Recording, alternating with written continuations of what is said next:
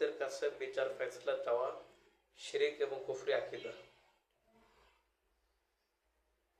তো এটা আমাদের সমাজে বহুল পরিচালিত একটি বড় শিরক। তো এটার প্রথম প্রমাণ হচ্ছে কোরআন থেকে আমি দিচ্ছি।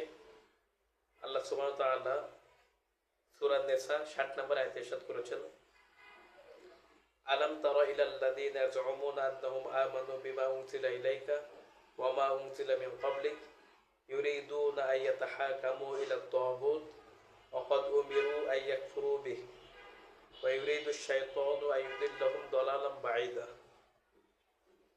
আপনি কি তাদেরকে দেখেননি যারা দাবি করেছে যা আপনার উপর নাজিল করা হয়েছে আমরা সেই বিষয়ের উপর ঈমান এনেছি, এবং আপনার পূর্বে যা অবতীর্ণ হয়েছে তার উপরও আমরা ঈমান এনেছি।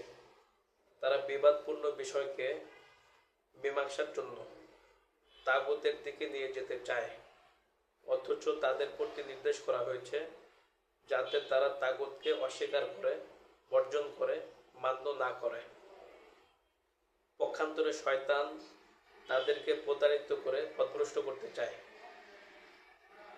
তো এই আয়াতের তাফসিরে শাইখ সুলাইমান বিন আব্দুল্লাহ তার তাইসিরুল আজিদুল হামিদ নামক গ্রন্থের 419 নম্বর পৃষ্ঠায় 419 পৃষ্ঠায় বলেন, এই আয়াতটির মাধ্যমে স্পষ্ট হয়ে গেল যে কোরআন সুন্নাহ বাদ দিয়ে তাগুতের কাছে বিচার ফয়সালা চাওয়ার কাজটি পরিত্যাগ করা ফরজ, এবং যে ব্যক্তি তাগুতের কাছে বিচার ফয়সালার জন্য যাবে সে মুমিন তো নয়, এমনকি সে মুসলিমও নয়।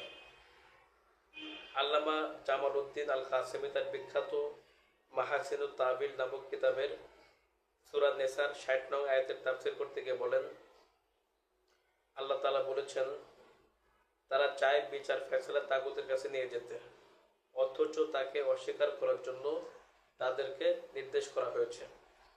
তাগুতের নিকট বিচার ফয়সালা চাওয়াকে তাগুতের প্রতি ঈমান পোষণ হিসাবে গণ্য করা হবে। আর এতে কোনো সন্দেহ নাই যে তাগুতের প্রতি ঈমান আনয়নের অর্থই হলো আল্লাহকে অস্বীকার করা।